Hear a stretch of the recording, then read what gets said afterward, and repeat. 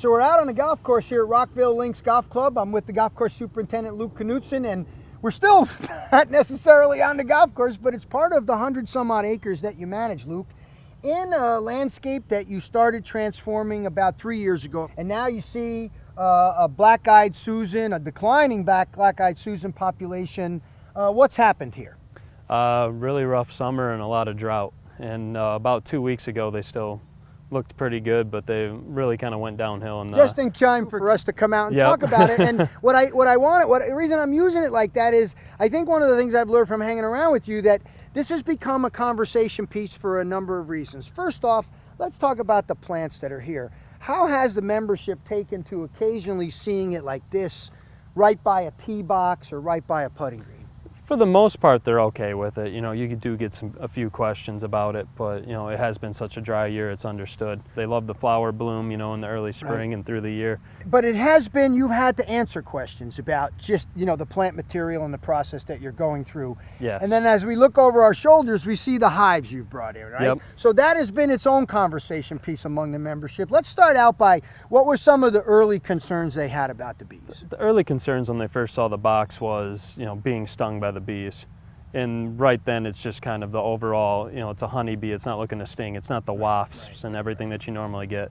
But then you find out from working with other people and everything, the bees, when they exit the hive, it's where you point it because they fly straight up in the air. They're usually 30 feet in the air right away. So it's not like there's traffic going over a green or a tee and they're getting buzzed the whole day. So part of what's allowed you to answer that question has been your own education about the bees. Yep. So you've worked with some local bee people, and simply by pointing the runway a particular way, they're leaving the property a fair amount and getting out of here and not really providing much of a stinging problem from your perspective. And from what they say, they travel up to about 3 miles away from the hive too. So a lot of that isn't on this property, especially when they're located kind of in corners of properties. Okay, so that again, you know, I look at the bees somewhat the sort of Kim Kardashian of the pollinator, where everybody's sort of focused on they're famous because they're famous. Yep. And yet these other areas are encouraging the native pollinators. Yep.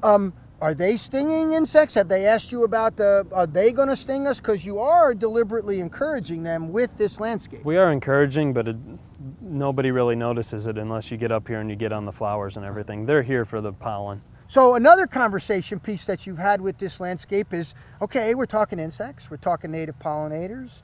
I know from coming around, you know, growing up in the city, I talk to my relatives and, oh, what about the ticks? What about the mosquitoes? So has that actually encouraged some conversation with you, with the membership, about other insect pest problems that are happening out here? Yeah, there's always the concern with the mosquitoes. You know, West Nile's been big in the area, and also now with the Zika.